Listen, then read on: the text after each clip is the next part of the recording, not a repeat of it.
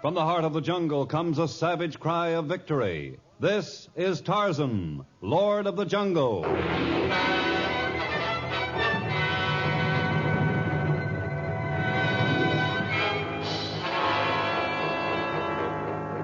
From the black core of dark Africa, land of enchantment, mystery, and violence, comes one of the most colorful figures of all time, transcribed from the immortal pen of Edgar Rice Burroughs. Tarzan, the bronzed white son of the jungle. And now, in the very words of Mr. Burroughs, the story of Strange Island.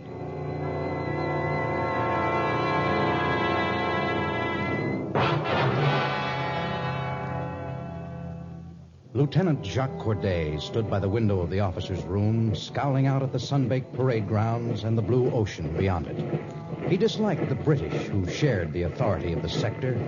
He hated Africa. Africa. No, I was talking to myself, Captain Lawrence. I find myself a vastly more amusing conversationalist than any of you British. I dare say the fine art of conversation has become lost to those of us who've been here for many years. How do you stand it? They eat the insects, the rotten food, the filthy people. If it were up to me, I would exterminate them all. Even if I agreed with you, which I don't, I hardly believe our combined forces could conquer the Bushmen. They have the power of numbers, of jungle skill, and of great cleverness. All of the jungle people I have come across are rather stupid. I know many who are far more clever than any civilized people I've ever met. So? Not that he's typical, but there's a white jungle man by the name of Tarzan, for example. Tarzan? I've heard of him. He's the jungle lord, n'est-ce pas? Yes, many call him by that title. Well, what I was going to say... If someone were to reveal his superiority to this Tarzan, he would be a man of importance around here, no? Yes, I suppose so. And this man would then be in a position to make requests, for a transfer or for other favors, I imagine? I don't know what you have in mind, Lieutenant Corday, but I should like you to know that Tarzan is my friend. Furthermore, we are here to enforce law, not to stir up trouble. But if this Tarzan violated any law, it would be up to us to arrest him, to bring him here for trial, no? Tarzan doesn't break laws. And if he did, it would take a garrison of men to bring him back. One man might be able to accomplish it if he used his head. If he made a study of Tarzan and of the law, and then used both to his own advantage.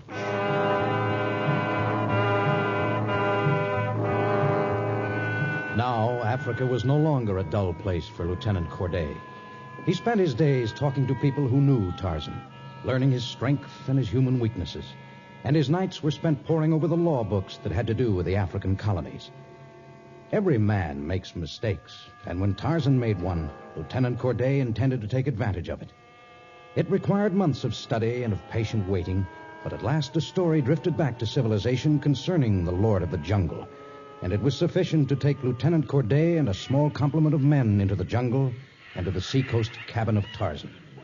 I'm rather curious, Lieutenant Corday. Why did your men turn around and leave you here alone? Because I ordered them to return to camp, Tarzan. But first I secured a boat that will enable me to get back. Such a journey in a small boat is dangerous. I have spent my life at sea, but I did not come here to discuss the abilities of Lieutenant Jacques Corday. I came to speak of those of the Lord of the Jungle. My abilities? Your prowess with a bow and arrow, to be precise. The story concerning your recent killing of a white rhinoceros has impressed many of us at the international camp. You are aware it is against the law to kill a white rhinoceros? Yes, I know they passed such a law, and it was a good thing, for the white rhinoceros is almost extinct, and conservation measures are important. But I shot this rhino in order to save a life. No, the law does not stipulate any exceptions. But surely those who passed the law did not intend to I was stop... told you would try to talk your way out of this, Tarzan, but there is no arguing with the law. I have come here to arrest you. To arrest me for saving someone's life? Go back to your camp before I lose my temper. I will go back, and you will go with me. You should have kept your men here. Perhaps a company might have been able to force me to go back, if they could have caught me. Frankly, I brought them for only one reason. What was it? So they could testify as to my safe arrival here and my meeting with you. Oh, of what importance is that? Because now the only factor to be solved is my safe return. I am well aware I would stand no chance either at sea or in the jungle alone. So unless you go with me, you will be responsible for my death. I have never knowingly caused any man's death. I have left a letter at the post to be opened if I fail to return. And in it, I hold you responsible for my safety. It would be like attacking me or feeding me to one of your jungle animals to refuse to accompany me. I am to assist you in returning to the camp so that you can bring me up on this ridiculous charge? But if I do not return, you will be held for my murder. I have never been so tempted to commit one. I don't think you will give way to that temptation. We should have a most pleasant voyage.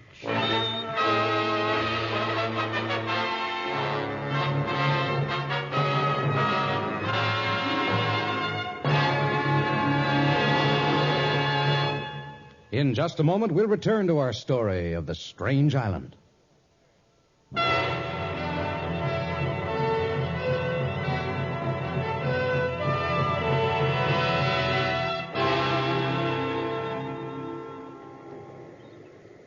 There is a storm brewing, Tarzan. We will have to trim our sails. The wind hasn't started to rise yet. But it will soon. If there were a place to put in here, I would order it, but the island is gone. The island? An oceanic island used to lie quite near here until a few years ago, but it's submerged. They sometimes do that, you know. Would have been handy in case of trouble. Well, it's only a few miles to the mainland. I could swim that far if anything happened to the boat. I couldn't. Do you think you could pull me that far? Pull you?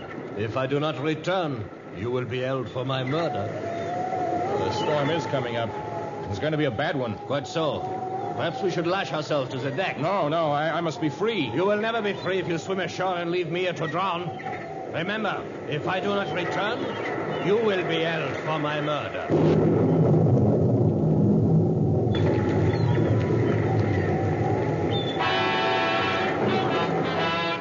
The storm had struck with tropical suddenness, and now its fury increased as though all of Africa were aboil. The waves lashed high, the boat lurched violently, and the men were swept from its deck. Tarzan's powerful arms carried him back to the frail craft, but Lieutenant Corday was nowhere in sight. He'd gone down. He would not return to the camp, and if Tarzan lived, he'd be charged with murder. He had to find him. But as Tarzan attempted to scurry over the wreckage, the mast shivered and cracked. As it toppled, it struck Tarzan upon the head, and he started sinking into the ocean depths, completely unconscious.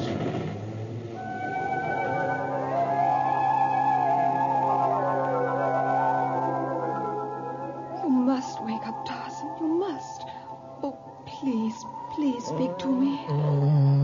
All my life I waited for you. You must awake. You must. Did the boat go down?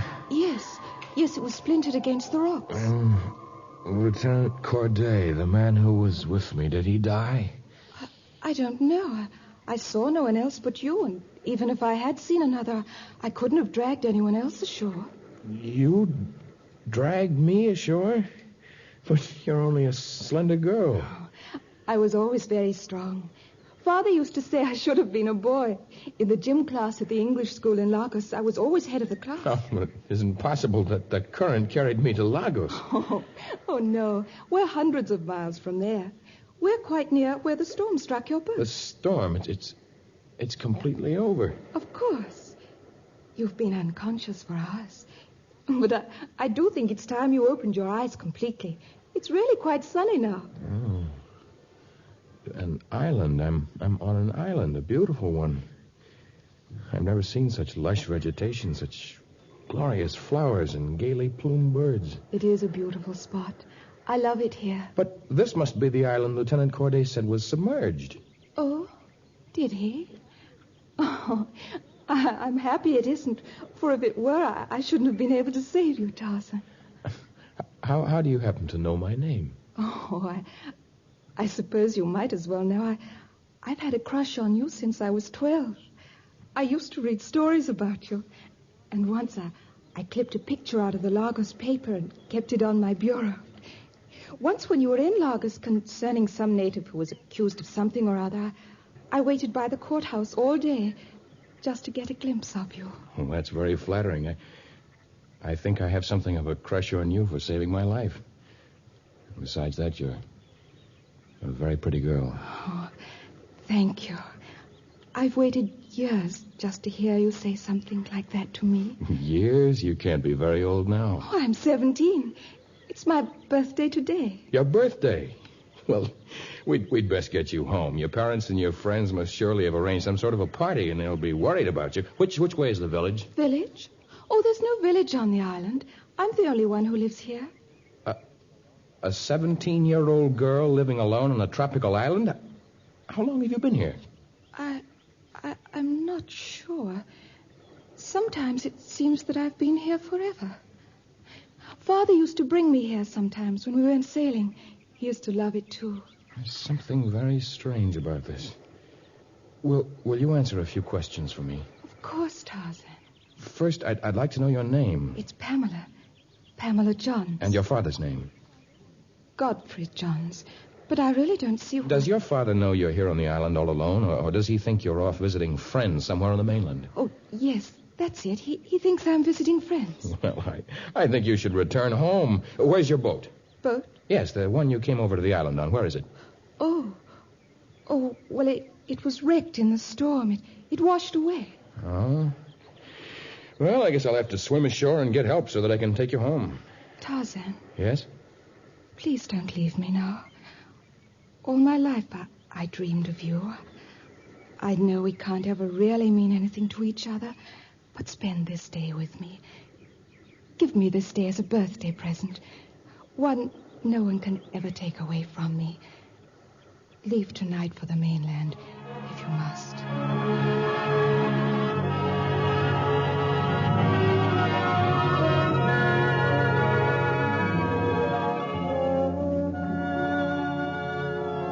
And so the day was spent swimming in the island's blue lagoon, running over its lush green carpet of soft moss and fern, frolicking like children suddenly released from school. But as the night shadows began to creep over the island palms, Tarzan knew that he must return to his world, even as this charming girl must return to hers. They stood facing each other on the strip of beach, and Pamela's slender hand clutched at Tarzan's. Must you really go back? Yes, Pamela, I must swim to the mainland so I can find a boat to take you home. And I must let your father know that you're... No, you mustn't get in touch with him. And there are matters of my own to be straightened out. I may be in serious trouble concerning the man who drowned when you saved me. Oh, but you might drown. It's a long way to the mainland. Oh, the sea is calm now, and I can swim it without difficulty. Goodbye, Pamela. And thank you for your birthday. Wait. Yes? That amulet you wear about your neck, would you give it to me as a remembrance of this day? It will be all that I'll ever have to keep the day warm in my memory. Of course you may have it, but we'll see each other often. I'll return with the boat, and even after you're living back in Lagos, I'll come to... Tarzan. We'll never see each other again. Thank you for the amulet. Thank you. Goodbye.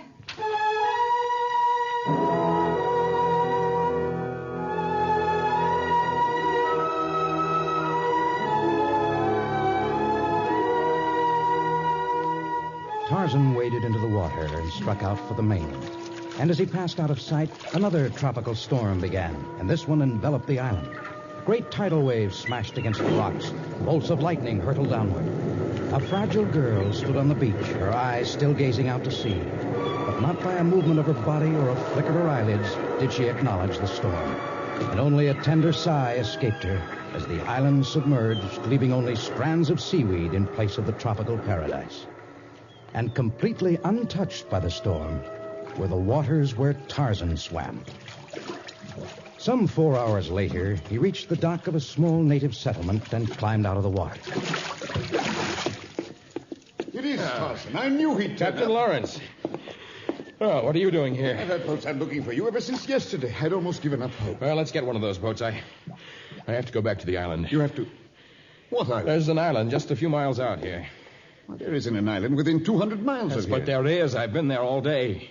Well, I know there was one up until a few years ago. There still is. It's southwest of here, and I have to go back. There's a young girl all alone on the island, and I have to go There back must have been that mast that struck your head. You're probably... What do you know about a mast striking my head? Lieutenant Corday told us about it. He said you were trying to push him under when the mast toppled. I hate to do this, Tarzan, but my orders are to bring you back so that you can face a charge of attempted murder.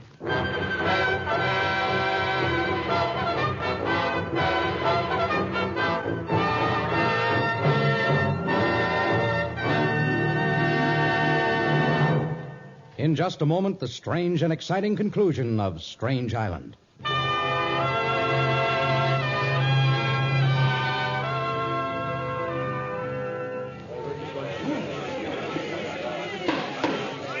There will be no more outbursts from you, Tarzan.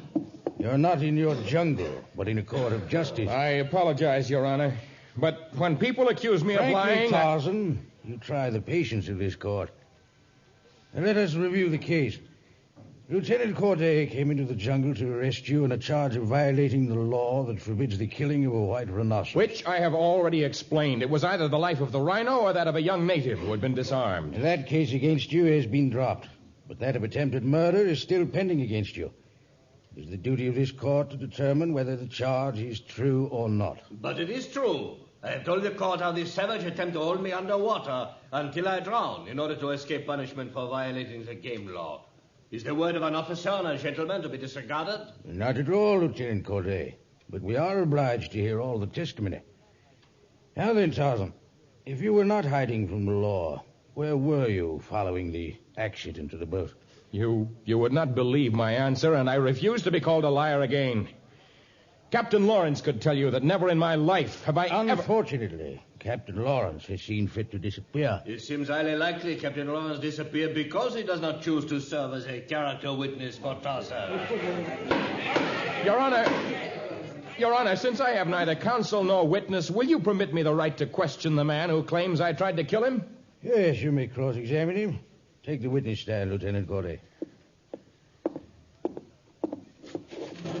All right, Tarzan. Ask me what questions you will. Lieutenant Corday, you've told the court that you swim poorly. That you were so busy struggling to keep afloat that you could not defend yourself from me. Is that correct? That is very true. Then how did you manage to swim ashore after my savage attack upon you? Well, I did not swim ashore. After you were rendered unconscious by the falling mast, I floated there on a piece of wood that had been torn from the wreckage by the storm. And your makeshift raft reached the shore near Malakanda only a few hours after the storm struck. Is that also correct? My wit is correct. In what direction was the storm traveling? I do not know exactly. It seems to strike all at once. And what direction does the normal current flow at the spot where the boat capsized? You are asking many technical questions concerning the sea. As an army officer, I could not possibly be expected to know such things. Perhaps I can convince the court that only a very strong swimmer could have reached the shore at all, that a raft would have been carried in the opposite direction, and that you have knowingly committed perjury concerning these matters since your training has been that of a naval officer. What? You are talking a great deal of nonsense. I should like to call Captain Lawrence as my next witness. But Captain Lawrence is not... I am here, Your Honor. I arrived back in Neokota over an hour ago. I've been sitting at the back of the courtroom. Well, take the stand.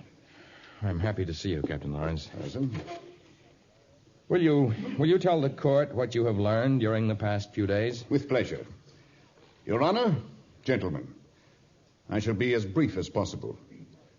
I have traveled a great distance to learn of the past of Tarzan's accuser. I found that because of the shortage in army personnel, Lieutenant Corday was commissioned without any extensive investigation.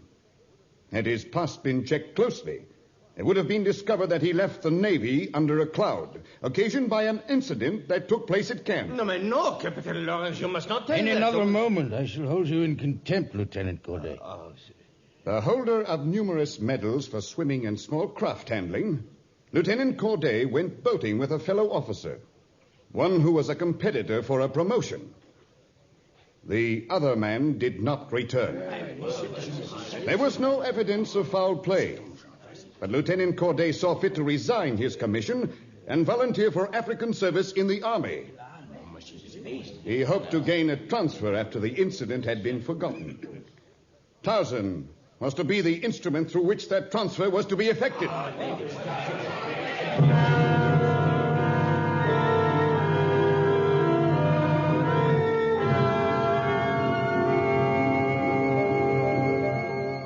Your Honor, I asked to see you in your chambers because I have a favor to ask. Now that I've been cleared, I'd like to leave Neokoto as soon as possible. Well, perhaps we'll have enough evidence against Corday without your testimony, Tarzan. I don't know what this important mission of yours is, but I wish you luck. Thank you. I had a hunch all along that Corday was lying.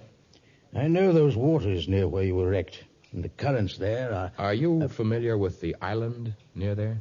I knew the island that was there. Up until the time it submerged, it was a wonderful spot for fishing. Used to go there with an old friend, Godfrey Johns. Poor chap. Poor chap? I'd rather not talk about him. Tell me one thing, if you will. Does he still live in Lagos? Yes, if you can call it living. You said you'd rather not talk about him, but do tell me what you mean by phrases like poor chap and if you can call it living. Well, Godfrey Johns has become a complete recluse. Won't see anyone or go anywhere. Keeps himself buried on an estate near Lagos.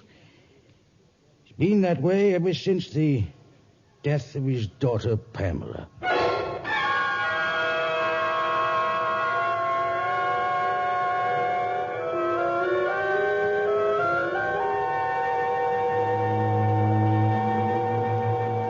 Tarzan spent all one day sailing along the coast, circling the district near where Corday and he had been shipwrecked. The search was in vain. Tarzan's strange island was gone, but perhaps some clue as to the mysterious happenings and the identity of the girl might be uncovered at Lagos. A few days later, Tarzan reached the city and made his way to the estate of Godfrey Johns. Tarzan was immediately ushered into a great drawing room, and as he entered the room, his eyes fastened on a beautiful portrait that hung over the fireplace. It was a picture of Pamela. He stood there fascinated and yet confused. Good afternoon, Tarzan. That picture. That picture, Mr. Johns. It's my only child, Pamela. She died some time ago. Under what conditions? Well, you see, there used to be an island along the coast off of Malikanda, and I used to take Pamela there as a child. It was wonderful for picnics and fishing. On her 14th birthday, I gave her a small boat. She wasn't supposed to, but she took it out alone. Sailed for the island. Yes? Well, she must have misjudged the rocks by the small cove. We found the wreckage of her boat there. And Pamela? You never found her? Yes, we found her. On the beach she had always loved. There couldn't have been any mistake about her identity? Oh, her face was unmarked. Look at her picture there. Could you mistake such a face? No, you couldn't. She's lovely. I've never spoken about her to anyone else, Tarzan. Well, why did you decide to talk with me? Because you were always her idol. She used to read stories about you. She clipped a picture of you out of the Lagos paper at one time and kept it on her bureau. Once she waited outside a courthouse in the city just to catch a glimpse of you. I thought I would like to talk to you, Tarzan. Thank you. When did this accident happen? 3 years ago. She'd have been 17 last Wednesday. The day I spent on the island. A sort of a poetic thing. The island, it gave us so much pleasure and so much sorrow. Disappeared a few days after her death. Was she buried there? No. No, I wanted her near me. You must have passed her grave on the way in. It's just by the entrance to the estate. I see. I haven't been able to bring myself to go there during the past week. Her birthday always affects me that way. Perhaps you'd go there with me. I'd like to put some flowers on her grave. Of course.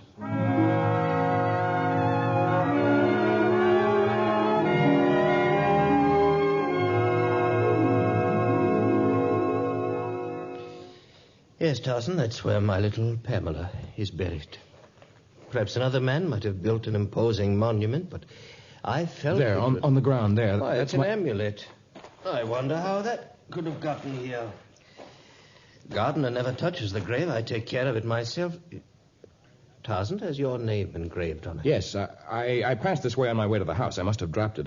Ah. Yes, I dropped it on the way. Ah, yes. Mr. Johns, if you don't mind, let's just leave it here. My small tribute to your daughter. To the lovely Pamela, who would have been 17 last week.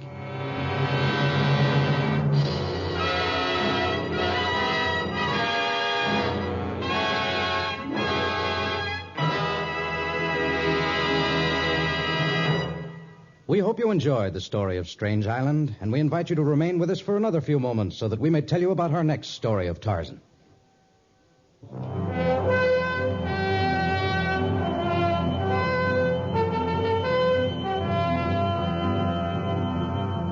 An army unused to the jungle, its men dropping like flies beneath the equatorial sun, a thundering herd of stampeding animals killing all in their path, an angry mob of bloodthirsty natives with vengeance in their hearts, and a garrison of men marooned in a jungle stronghold and doomed to die there.